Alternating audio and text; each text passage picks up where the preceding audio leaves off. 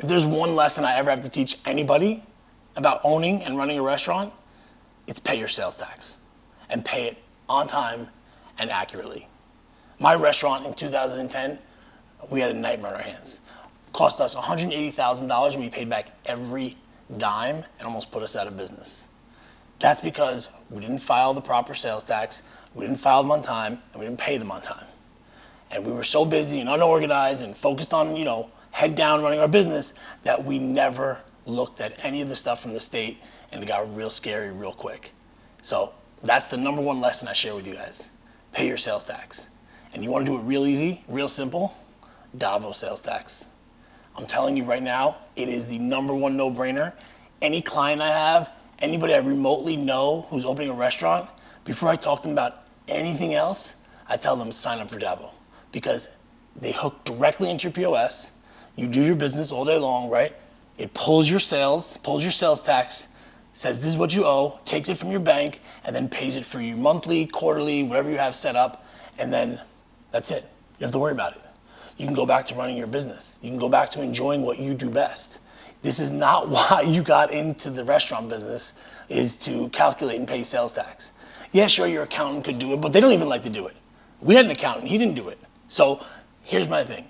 Go to the website, sign up, takes 2 seconds to sign up, and at least talk to somebody. Figure out if this is gonna be right for you, but I'm gonna tell you right now, if you listen to us, if you listen to Sean's show, the fact is, every client, every person we talk to, we recommend Davo because it is such a no-brainer. I tell them all the time, I should be a salesman for you guys, because I'd walk into restaurants and be like, just sign this.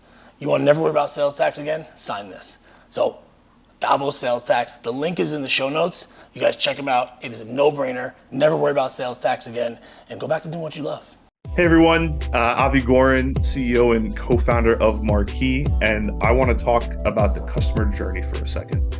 You never know as a restaurant owner where your guests are truly coming from. End of the day, we do see some patterns around 2 types of search behaviors: direct versus discovery. Direct search, for an example, would be jumping into Google and saying Cali barbecue hours, right? I know where I want to go to eat, but I'm missing a key detail. I need a little bit more information. Discovery, which is the bulk of searches, is barbecue in San Diego, restaurants near me, takeout near me, right? One of the best ways to be found for more discovery searches is leveraging keywords. Reviews are basically free content for you to leverage. Think about keywords that are relevant to your brand, your location, and include as many of those in your review responses as possible, right? How can you go about doing this? Let's set up reports, utilize tools like Google Trends, find out what's going on in your area and how you can help leverage these keywords and review responses, because someone else is doing that, right? If you need some examples, you could do anything from including summer menu, gluten-free menu, leverage specific menu items like the dreaded and beloved spice pumpkin anything in your review responses, right? Let them know what's coming. Let your reviewers know something they should come back and try. And of course, if all of this just seems overwhelming and daunting because you're already running a restaurant and have enough on your plate, just leverage the team at Marqii to do this for you. We handle all of this. We're experts in this space. We can automate this so it's just another item that you know you are taking care of. Again, that's marqii.com, marqii.com. No you. However, we did recently buy marquii.com, so if you do misspell it, we got you. You'll still find us. We can still help So, but yeah, thanks for taking the time to join me. Maybe we should have saved that deer story for right now. I mean, you have deer. I mean, it's just, to me, it's such a foreign concept. You actually have deer that you feed out of your hand in the backyard. Let's lead with that. Let's just break Absolutely. that yeah. I know. People that know me just know that is just so foreign to me. I mean, I'm a lifer in the restaurant industry, and I'm a city boy, so work long hours, run restaurants, and then develop restaurants for other people. I mean, are kind of like the furthest thing from nature, not a big fisherman. People know I'm not a hunter. So now they hear my lifestyle because of where I've moved to, and they hear that I spend my first hour every day outside watching nature. I feed gray fox. I've got up to like 14 deer that walk through the property. I'm out there throwing them food, making friends. And yes, believe it or not, there's an 8-point buck. I've called him Hartford because when he looks sideways, he looks just like that insurance company's logo, in the Oh commercial. yeah, right. Yeah. And Hartford obviously is connected to my voice or something, because if he hears me talking, he comes out of the brush, he follows me like a dog, and he's been eating out of my hand. Look It's at that. the craziest thing I would have never have guessed. But I look forward to every morning because that's how I start my mornings. Yeah, it's a routine. It's a routine for him too, apparently. He loves it. And what I like that, you don't waste any food. I didn't know this, but deer are vegetarian. Uh-huh. So every time I peel a potato, peel a cucumber, any leftover anything, apple cores, banana peels, things you thought you'd throw away, no, they go in the deer bucket. Oh. You chop them up, they eat them. And with the fox that run through the property, they eat what the deer don't, because they want to eat chicken bones, leftover meat, fat. Right. So we find that we don't throw anything away. And between the gray fox and the deer, we're out there, pitching our leftovers. Yeah, they're probably, it's the best food they ever had. They're loving it. Oh my God. They know they got it good. You hang around this hillside, and the homes on this hillside keep the deer from getting hunted. They stay close to the homes where you can't hunt, and they're eating pretty good. That's the thing, right? They're not hunted, so they're not afraid of you. So that matters. That plays a big part. So you said you're a city guy. Where are you originally from? I was born in Detroit. Okay. And I don't know much about it, really. We moved out to Phoenix, Arizona when I was 7. So I was raised in Arizona. I'm a desert rat. Yeah, right. God, I loved it. Yeah, I'm telling you, the desert sun, the clean air, the dry heat when you're growing up in the 60s and 70s was a wonderful time. So, but I moved to Houston, and that's where I thought I would be for maybe a few years, because I met a really interesting guy who was developing a barbecue burger restaurant company. And I'm just getting out of school. I'm a restaurant manager. I'm young, thinking, this is cool. Let's go to the big city for a few years, make some money, and then I'll come home. Instead, Houston became home. And I stayed there 45 years. Had a tremendous time working with a nice group of guys. We stay in touch today even. The concept was called Luther's Barbecue, and we opened 7 very quickly. I learned a lot about the startup process at a very young age. And the only reason I left that group was I had an opportunity to start doing my own thing. And so I opened up my first restaurant company in the 80s in Houston and in Austin. We did 3 locations pretty quickly. And what a tremendous learning experience, to be a small business owner in the restaurant business. And some years were good years, loved it. Some years were tough years, but that's when I learned more. Yeah, right. So you opened the same concept, or what was the concept that you opened? I opened a different concept. No, I opened up a concept called Fat Frank's, named after this interesting Western character, a guy named Frank Pomeroy. I saw in Texas history. He was one of the original settlers of Bexar County, Texas, which is the San Antonio area. So we had this, statue carved of him. He was this big guy. And so we had a swinging door saloon, big Texas theme, chicken fried steak, nachos, beer, sloppy chili burgers, very casual, a lot of fun. And that's what we did for from 1981 to 1989. And what did you love about that? What did you love about going off on your own? Because like you said, not easy. A lot of folks listening to the show are just in that startup phase, or they've had a place for a while. And sometimes it's hard to find what initially got you excited again. What got you excited about that? Well, there were a couple things. I think first off, we have to look at the point I was in my career. I was young. I opened my first restaurant, at the age of 28, and that doesn't happen to too many people. But I had 2 really good people, financial advisors, real estate developers. They liked my idea. They believed in me. So I had 2 good mentors to learn from. So that was one of the things that I remember, is how important it is to learn. In our business, we learn from each other. So you find people that you can bond with. And that's one of my, I think, early on memories was I got to have a business experience when I knew how to run a restaurant. I really wanted to create and test my own idea, but there was so much I didn't know. So that was one thing. And I think the second thing that I remember is just the high you get from a successful shift. Yeah. I wish that for everybody. When you can look back and go, wow, my feet are tired, I'm sore. But look at this, man. We served Yeah. 610 Yep. people. We had a per person check average that was right on the money. The staff left making money and smiling. The customers were happy. So I know you're aching, you're tired, but wow, this is fun. And then tomorrow you get up, do it all again. And so there's this rush, when you have a successful shift. Yeah. I mean, to me, I always equated it to sports. That's what it was like to me. It had like a beginning. You get excited. You go through the game. There's kind of like that halftime when you're turning things over for the later shift, and then that last push, and then it's all over, right? And you feel like you did it, but you got to do it every day. I mean, what were some of the things? I mean, we spoke about this briefly before we got on the air here, but lifestyle-wise, right? Like your lifestyle outside the restaurant. How do you take care of yourself? How do you maintain that sort of level of energy, right? Do you have any tips or tricks around that? Because I know that was something I really struggled with too. Yes, and I think we're getting a little better, about that as an industry to realize that, the right people doing the right things in our industry have to also have the right life. So I think early on when I was first introduced to the business, and maybe it was just my fault, I was only looking at the work. It was like you live to work, Yeah. you're working to live. It was all about the work. So yes, tons of hours. And when you're not working, you're thinking about working. Yeah. You wake up and it's work again. Okay. It took me a little while to realize that balance is what makes us better. Mm. And so when I started realizing that if I built a team, if I shared some of the responsibility, if I also shared some things in my life, if I was very diligent about health, sleep, reading, other things in my life, I actually did a better job. Mm.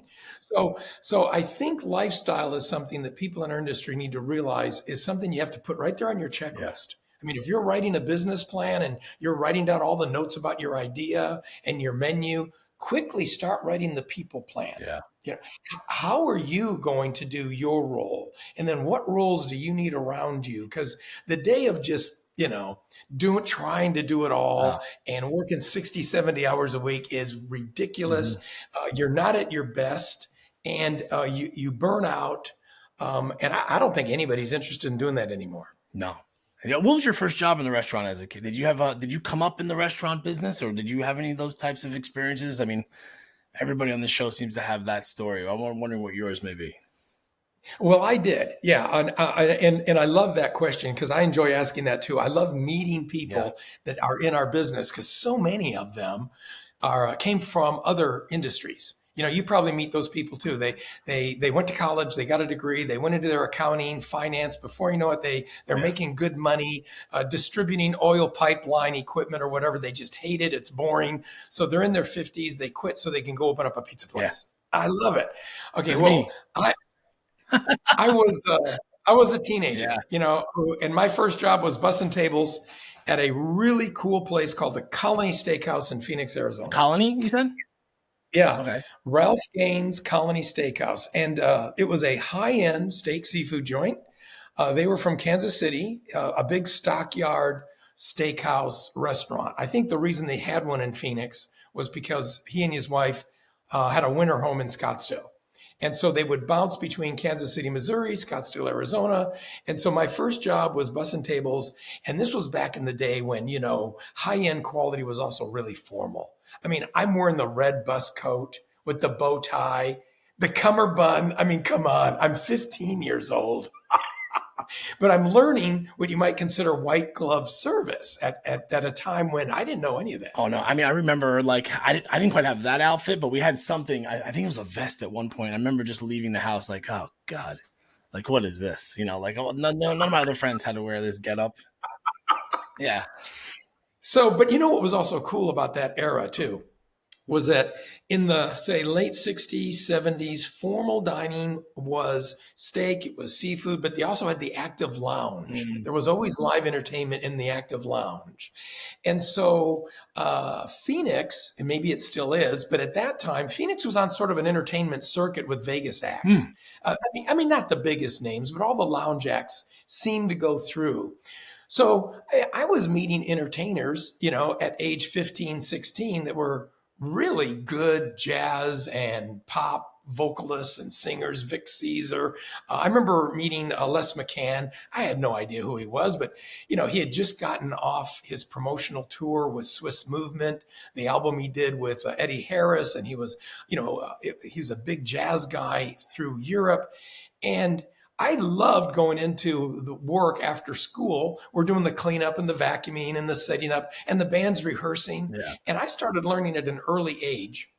If you listen to those guys rehearsing and you listen to the importance of the art of entertainment, there's a lot of those principles that good hospitality does. I mean, good people in hospitality know it's about the little things, and it's about repetition, and it's about consistency.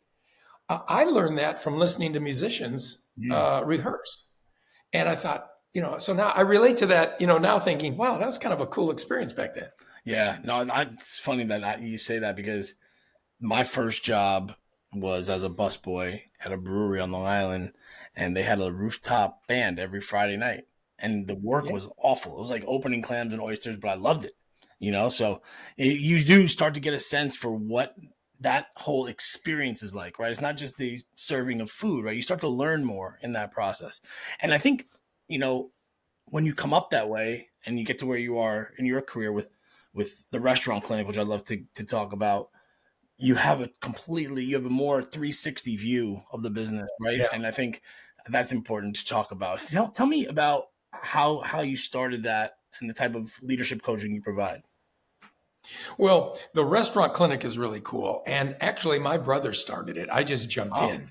I had been doing restaurant development work. I've been doing consulting work for about 25 years. I sold my company when we moved out here to the Hill Country. And that was about the same time my brother, who also has had a tremendously successful restaurant career, he had just kind of taken his package and left a large company. Well, I mean, kind of large, 12 units, I don't know, about 90 million, high-end seafood restaurant in 3 different states. He was the COO. He lives in Austin, Texas, and he started the restaurant clinic to be a small center of doing leadership development, helping owners and managers coach staff and improve their operations. So, of course, I jumped in. I'm having a ball. He and I are working with different clients of different sizes. Typically, they're people who are in the business who just need to stay focused on their strategic plan. Sometimes they're not really sure of what they are wanting to do next, obviously, except wanting to be busier and be successful. So they need help focusing and developing a strategic plan. And then what they need is just the regular coaching so that they can see step by step how to get there, how to improve operations, how to better develop people, which increases your margins, which leads to, higher top end, which leads to more units. So right now, I guess there's about 8 or 9 clients, and they're scattered, throughout the states, and they range from large full service to small counter service. It's the restaurant clinic. People can just go to therestaurantclinic.com to read more about it. But it's a really good support center. My brother's got a good little group. I'm just having a ball being a part of it. Yeah, I bet, right? I mean, it's fun talking shop with other people. I think it's like a support group, right? You start to realize you're not all alone. In terms of leadership qualities, what do you believe are some, I guess, essential leadership qualities for a successful restaurant owner? Well, I really think they need to understand that there is a formula to success in the restaurant business. There really is. As different as restaurants are, large, small, private dining rooms, full bars, counter service, drive-through, but we got everything from fast food to, $200 a plate type restaurants out there. Yeah. And yes, they do. The owners and operators of different concepts do have to think a little differently. But if they'll all realize that there is a formula and it starts with people. So an owner has to be a good people person. A good restaurant owner should be a what guy. Should be somebody who's very clear on the what they are expecting. Right. What is the customer experience supposed to be? What are my goals for this concept? What should the menu be experiencing? They have to be very clear because they understand it's got to start with people. And then the best leadership team to be built around an owner operator are how guys. So a really good GM is a how guy. He says, I get it. If that's the image, If that's the experience you're looking for, here's how I can get you there. I can develop a team. I can manage these systems. So it all starts with having the right people, kind of like a puzzle that you put together. Then you can jump into the product. See, too many owner operators, I think, jump into this because they think I've got my mother-in-law's Italian pizza sauce. I'm going to be famous. I'm going to have 80, franchises because no one makes this sauce like she. Okay, I get it. We'll get to the sauce, but first, it's a people business. Then comes product, and then if they realize that you've got to develop process and procedures, because as you know from being in the business for years, you've got to be consistent. Whatever image you're putting out there, back to those days when you were doing the oysters on the rooftop bar. I mean, if somebody was there and if they had a good experience on a Thursday and they brought a group back the next week, Tuesday, they got to have that same experience. All right. So without systems, training, processes, procedures, we can't be consistent. So that's what we try to teach is let's look at the people. Do we have a good plan for who we need and what they're doing? Then does it match the product? Then can we develop process and procedures so that we can, ensure consistency? And then that gets you to profitability. Yeah. So owners today have to think like that, or I'm telling you, they're going to get beat up by those who do. In that though, there's so many trends, right? There's so many things they're trying to stay on top of, and I've been there, right? Sales slump a little bit, not as busy one night as it was the next. What's going on in other places? What's the guy down the block doing? He seems to always be busy.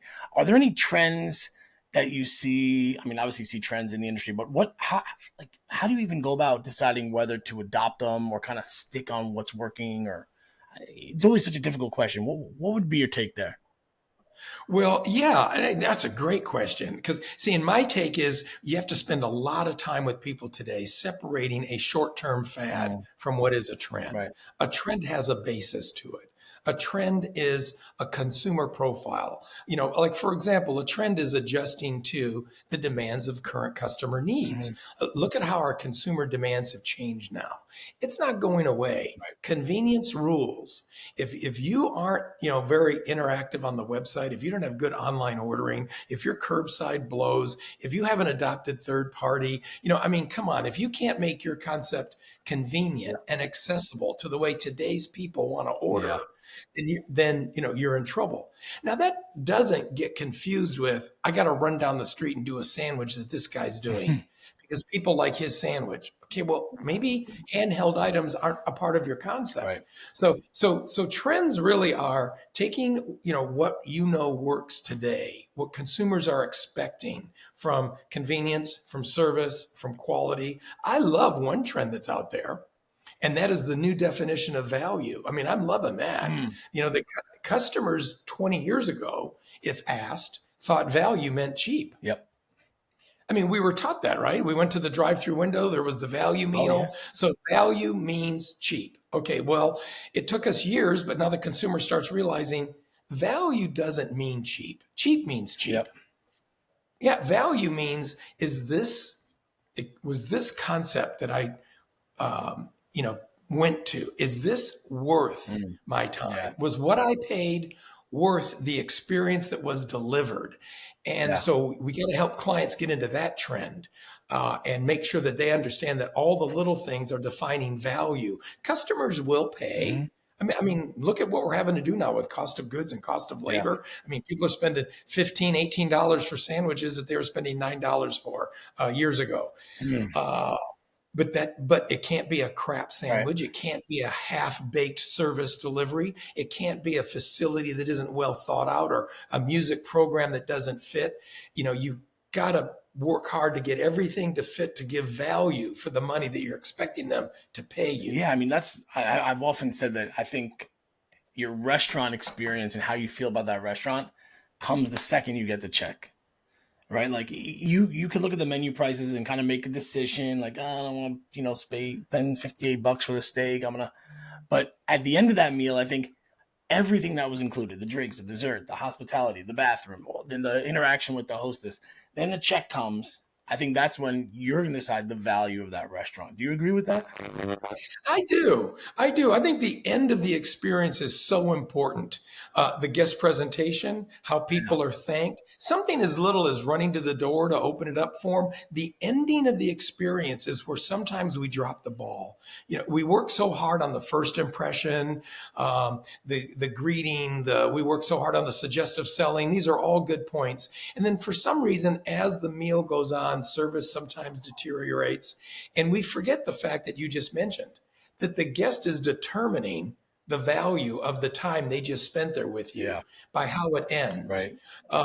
I was told that in different wording, but I remember learning that again, going back to my initial experience from a manager who was a tremendous impact on me, a guy named Ray Nardoni, when he told me that the service industry isn't just about good food, good price, clean environment, all that good stuff. That's the basic stuff. But after these people leave, eventually they might forget exactly what they ordered. Yeah.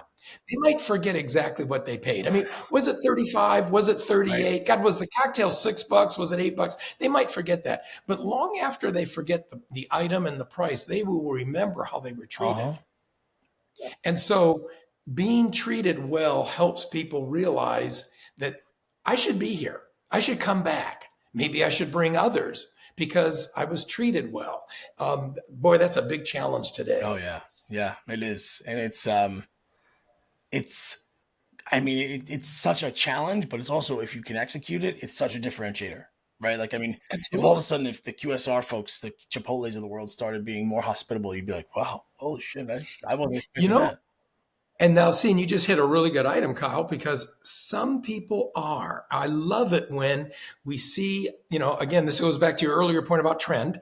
Restaurant trends are we're building smaller, Hmm. real estate costs stink. Hmm. We're building smaller. We have less inside seating because there's so much grab and go, car side, third party delivery. I get it. Labor, we have fewer people. We have a lot more success with counter Yep. service. It's all about convenience.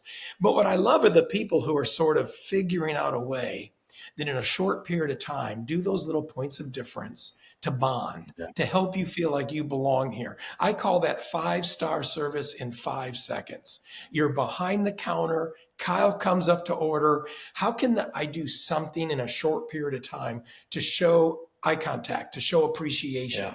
to show gratitude, to show suggestive selling? What are the little things I can do to make sure that you feel, that you belong here and you should be coming back? It can't just be order, here's your bag, who's Yeah. next? It can't, No, and I it think I can't think be. so much of that, to our point earlier, maybe even before we even started recording, was, this type of dynamic comes from the owner. And I think if the owner is not leading, or whoever's in charge in a larger group, but that let's just say the owner, if they're not taking care of themselves, if they're not living a lifestyle that's going to not only breed that level of hospitality, it's going to drip down to the customer, and that's a disaster. When that happens, I don't even know how you come back from that. That's a tough climb. Yes, that's very, very hard. Yeah, because that kind of gets us to the big point that has always been important. We just sort of developed it with the buzzword of culture Mm. over the last decade, but that's always been the biggest part of hospitality is the unsaid Yeah. attitude that motivates and drives the Yeah. bus. And and it is very hard if you have a negative, work environment. If the staff aren't delivering an experience, you can normally find that if you go, upstream, that's coming from leadership. Right.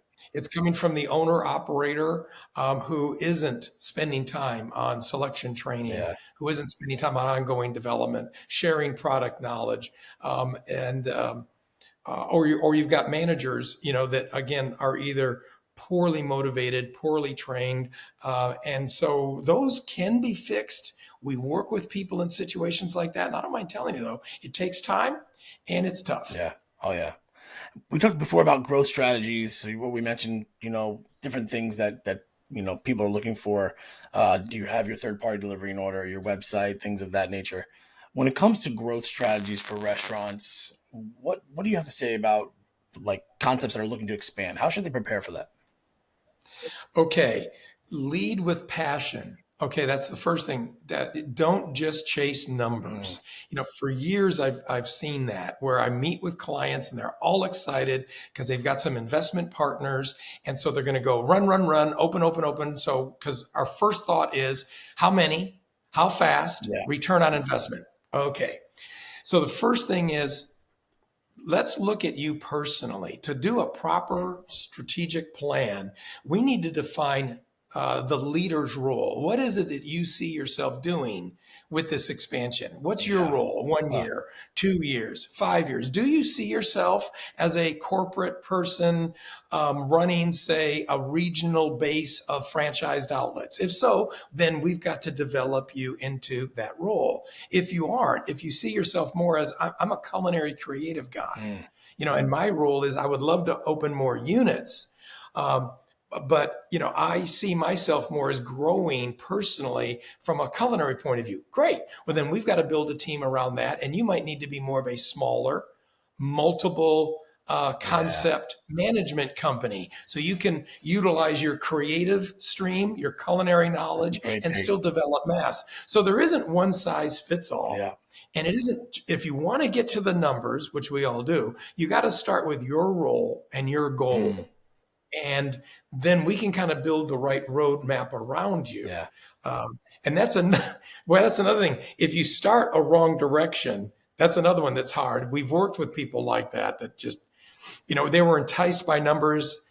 They had some investors throw money at them. So they signed up for franchising, and all of a sudden they went from their 3 corporate stores to 18 units, and they got 6 different franchises. And it's a whole different mental stream of how you work with franchisees. And a couple of them were really good, and a couple of them weren't.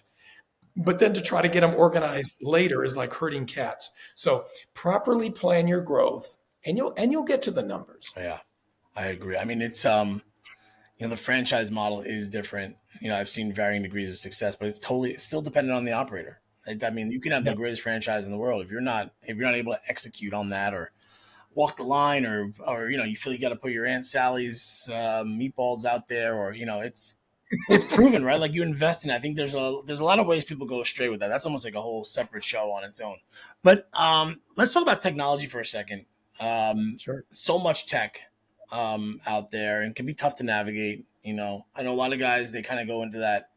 I have one guy in my head when I always think about this, they just shut it down. You talk to them about a couple different ideas for tech, for inventory, for sales tax, for, and they just say, never mind, that's too much for me. I'm just going to shut it down. What are you excited about? Any kind of tech that's out there right now? Anything different you're seeing that you really think is a must for these guys? Well, yeah, for the independent operator, it's a little different. Most of the people we work with, again, are small but growing. And so if you're an independent operator, you've got 2, 3, 4, 5, 6, you're looking at technology differently, obviously, than the publicly held company that has hundreds of units, and they're all over the country, and they've got a tremendous staff that is redesigning their kitchens to engage fewer people and a lot of $60,000 ovens that are going to monitor temperature more consistently, make fewer errors, and save people. So technology to me is what helps you do what you're currently doing better. So it isn't like everyone can take a big leap into robots. Right.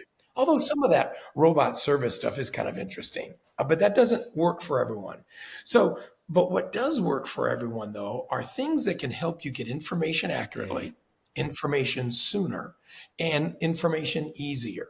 So going from your POS into labor management, that's an easy step. Technology helps us with that, with our daily reporting. So if you're not really managing your business by the week and hitting weekly numbers now, it's easier to do now because that kind of thing like labor and inventory control, those kinds of companies, not that I'm pushing one over the other, but everyone is trying to either use a margin edge kind of a thing or an extra chef kind of a thing, and or a 365 kind of a thing. And you know what? There's tremendous advantages in that, because you're helping your prime costs. And if you're a small guy with 3, 4, 5 restaurants, you know that if you can utilize technology behind the scenes to help your managers manage better with their labor and manage their product, well, that's the biggest bulk of your concern. So that's the way I always like to look at tech. What can help us with what it is we're doing Yeah. now? We don't necessarily need to make a big leap to say, I guess I should have vending machines holding all of my to-go, Yeah. bags. Right. Well, maybe someday, but that's a lot of money. And right now, even if you are doing 20, 25% of your business in call ahead, pickup, and car side, we can do that without, jumping into a tech machine and vending holders.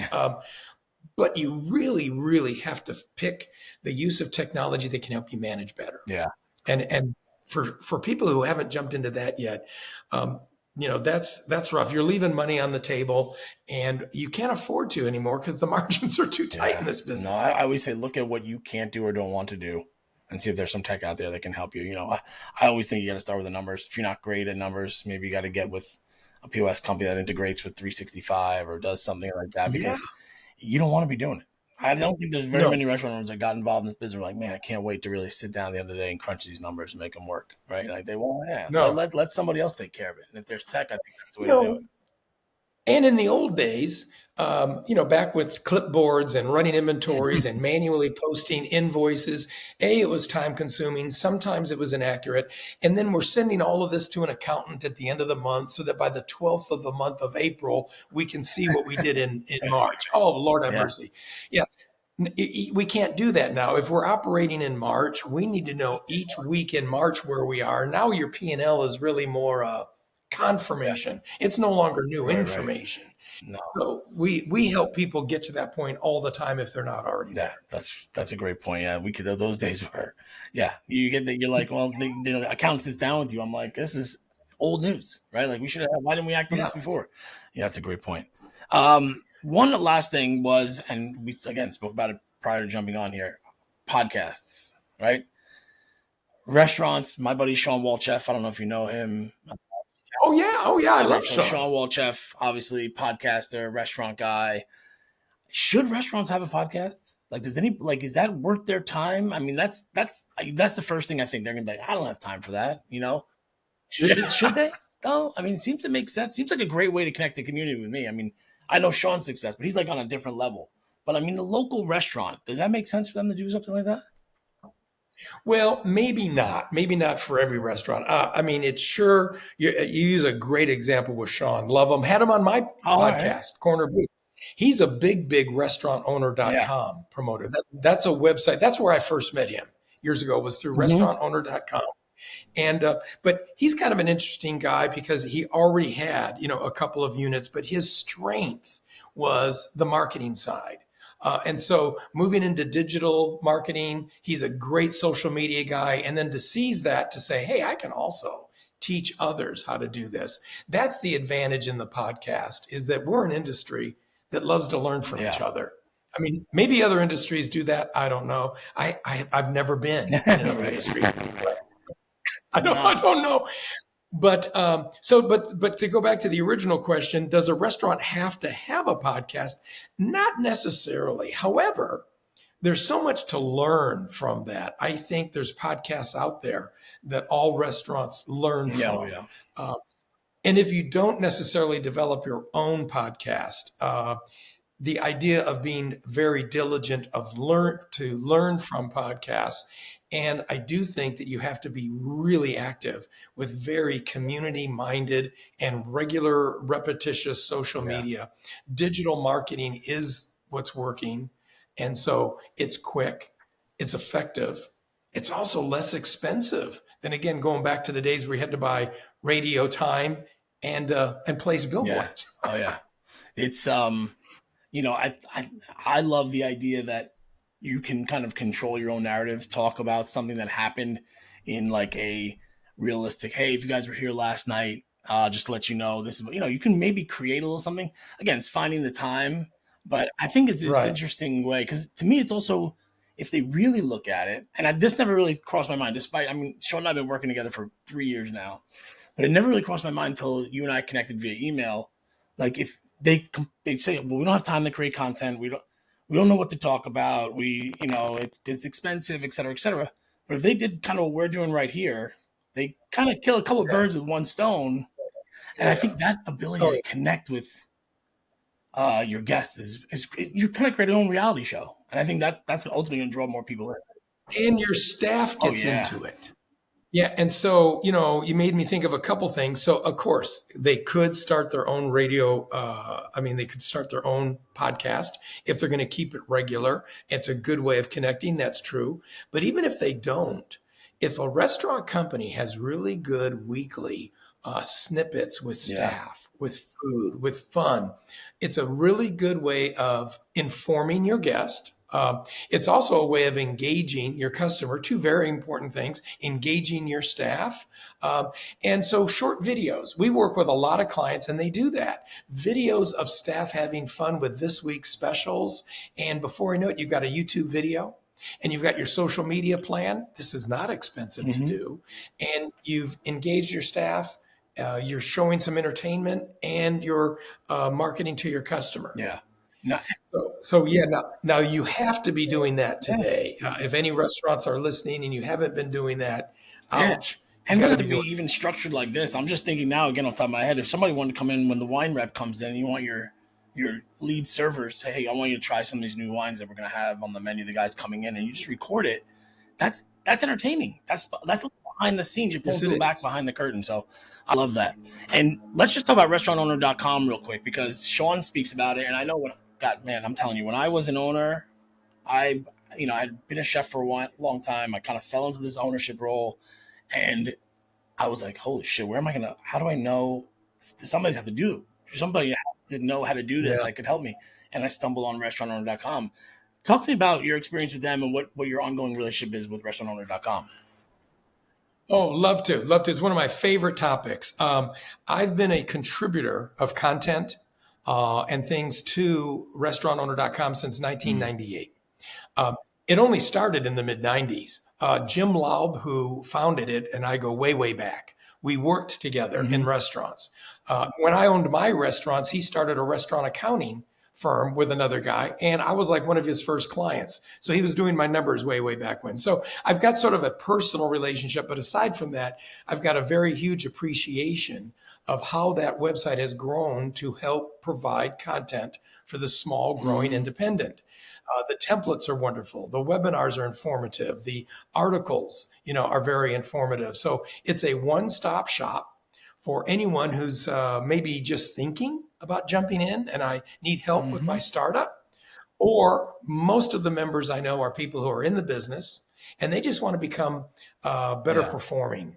They want to increase margins. They want to be able to last longer, develop their people better. They want to be able to plan marketing that works. So there's a lot of templates and there's an awful lot of financial plans. And it's all there, restaurantowner.com. I'm going to be, later this month, I'm going to be doing a webinar on how independent operators can do annual plans. And we'll be using an annual plan template. My relationship with them is ongoing with content development and their podcast. The podcast is called Corner Booth. I've been fortunate to host Corner Booth, since its inception. And we interview, current restaurant entrepreneurs that are willing to share their story of concept, operations, growth, and that kind of thing. And so we're having a ball with Corner Booth, and restaurantowner.com is continuing to develop new and very important templates for the do-it-yourselfer in the restaurant Awesome. I'm glad business. they're there. Yeah, if you guys don't know that, you have to check it out. I mean, there are still those who like to use the pen and paper. They need to at least see them. They can maybe recreate their own, but I'm glad that those templates are still there. They were a lifesaver for me back then. I say that restaurantowner.com and actually Eric Cacciatore, Restaurant Unstoppable.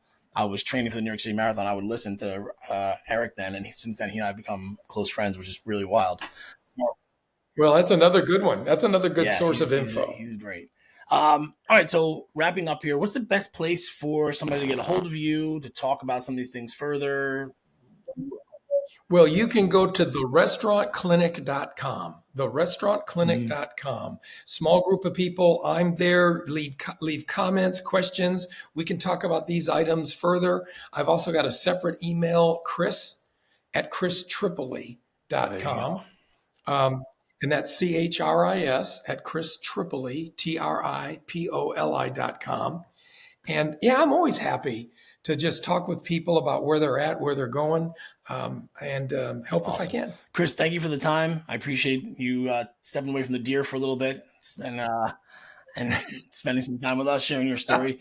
We look forward to staying in touch. And thank you so much for taking some time to chat with our guests. It's been my pleasure. Kyle, continued success to you. You're doing good work. Thanks for having me. Chris.